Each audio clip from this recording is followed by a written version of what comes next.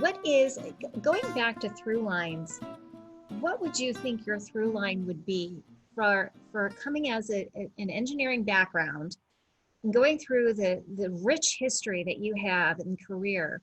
What has been your through line? What has driven you throughout all of your project management experiences that you feel is the most important vision statement for what you do? A vision statement? Well, let me first start out because you're talking about career lines, right? Yes. What I'm against, and I've seen this in some companies, people fresh out of school being a project manager, that's silly, absolutely silly. Don't do it. Okay. We actually spent time at Kodak. At one time, we put in place a center of excellence around training project managers. I was in charge of that. Mm-hmm. And we did put in place training programs for our project managers to get them up to snuff on all the different areas. And we also took a look at, well, what's the career path to project management? And what should it be? And basically, what we felt was best practice, and I still believe this for any company, a project manager should have several different jobs, experiences, technical jobs. So move around. So for example, when I was at Kodak, I started out in utilities engineering.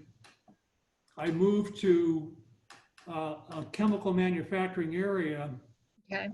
and I worked there for a couple of years. Then I moved to chemical engineering, design. So I had different experiences. Also, supervisory experience, that would be helpful for a potential project manager. So we felt a real well-rounded PM would have several different job experiences, some supervisory experience, and Right. probably around at least 10 to 12 years of total experience Yes. before moving into that job. Yes. And that's going to give you probably the best project manager. Okay.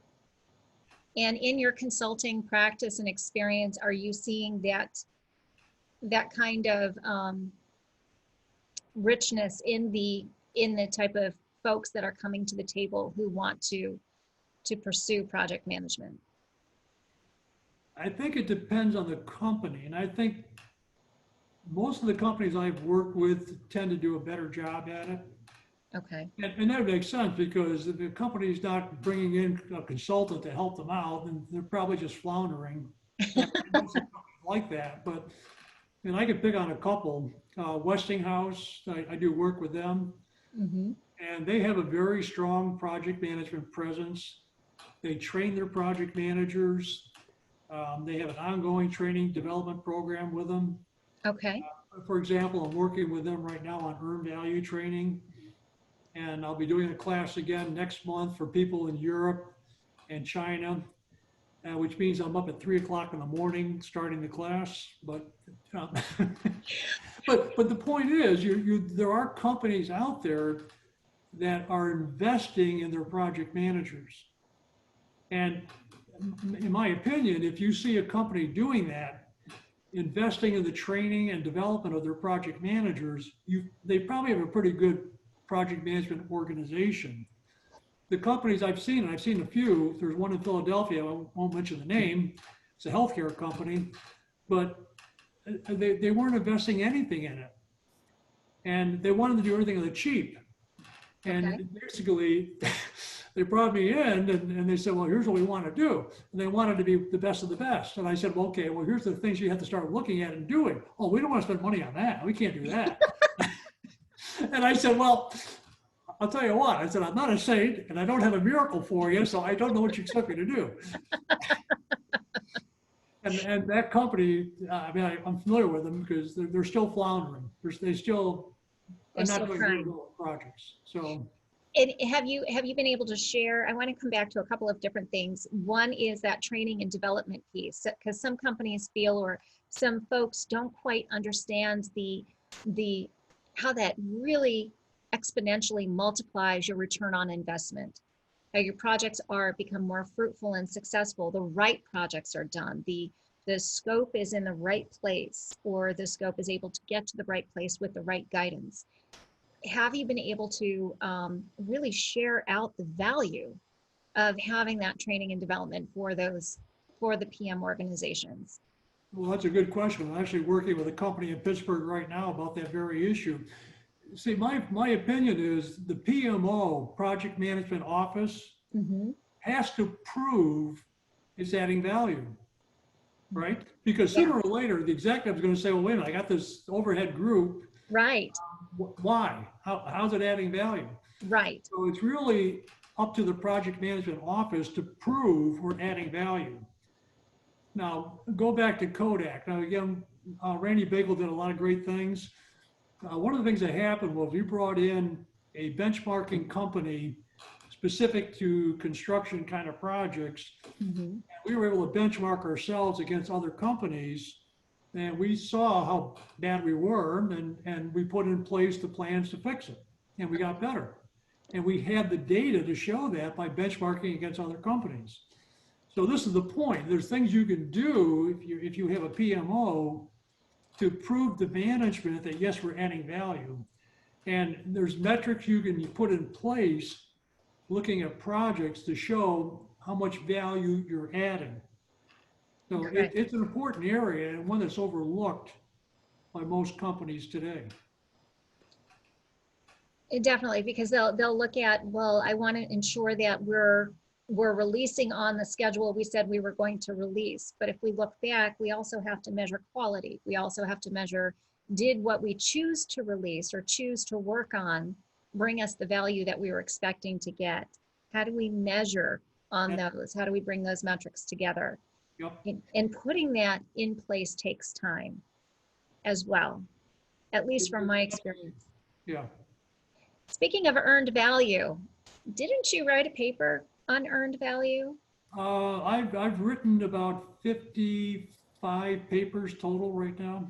Wasn't there one in which you received an award for, an international award? I won for one of my earned value papers. It was titled "Why Earned Value Doesn't Work." Yes. That's the one. And you can find it on the internet. If you go search for it, it's easy to find.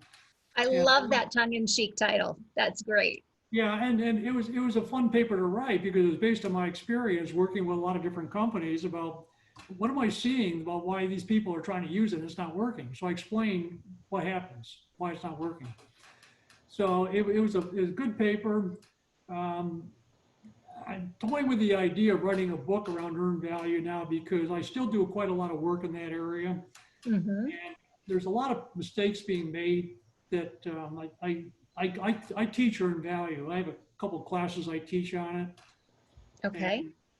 And, I'd like to find the time to put together a book to set the record straight about all the misinformation out there about earned value. And there's quite a bit. Yeah, some of us just learn enough to get through the exam.